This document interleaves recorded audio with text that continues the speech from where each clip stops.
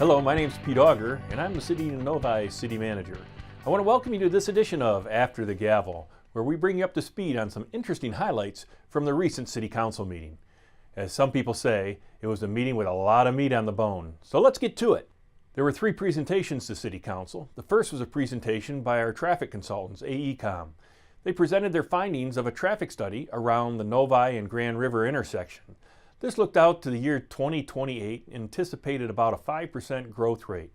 This traffic study also took in some other surrounding intersections, such as 10 Mile and Novi Road and Meadowbrook and Grand River, because anything done at Grand River and Novi Roads affects more than just the immediate area.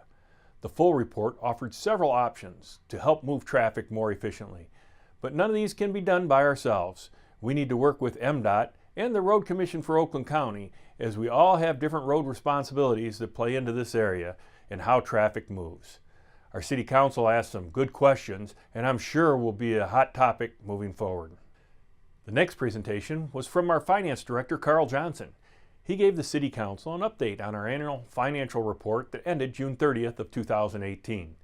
In a nutshell, the city is still in very good financial shape with very little debt and a manageable planned fund balance that will allow us to continue with our projects and investments into our infrastructure. There are items to watch for, such as our pension contributions, but we highlight those things and don't shirk from pointing them out and focus on the challenges that funding these obligations to the best of our ability. The final presentation was our annual audit that was done by Plant Moran.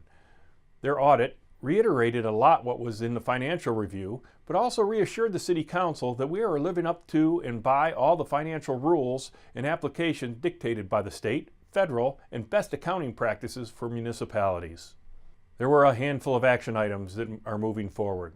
The Council tentatively approved Earhart Motor Sales to keep moving the new Jaguar Land Rover dealership that will be constructed at Meadowbrook and Grand River Avenue, and the concept plan for a long-time Novi business, Keyford Collision and Towing, to make a move further west on Grand River near Taft Road. Both good investments in improving the Grand River corridor.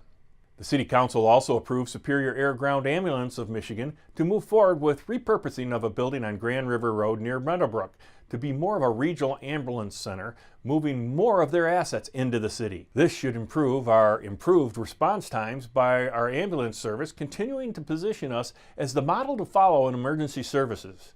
Infrastructure also made the council table as the City Council approved a $5.5 million gravity sewer along 9 Mile Road.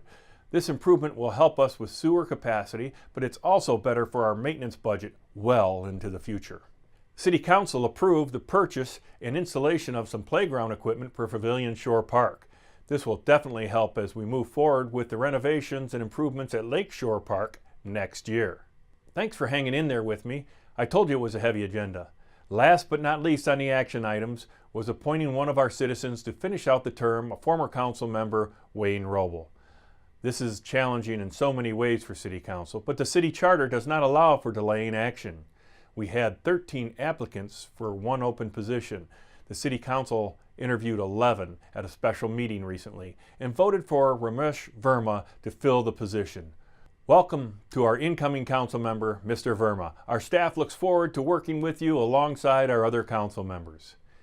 Well, thank you for staying with me to the end. Of course, if you want more details on these issues or other issues dealing with the City of Novi, you can always visit our robust webpage at cityofnovi.org.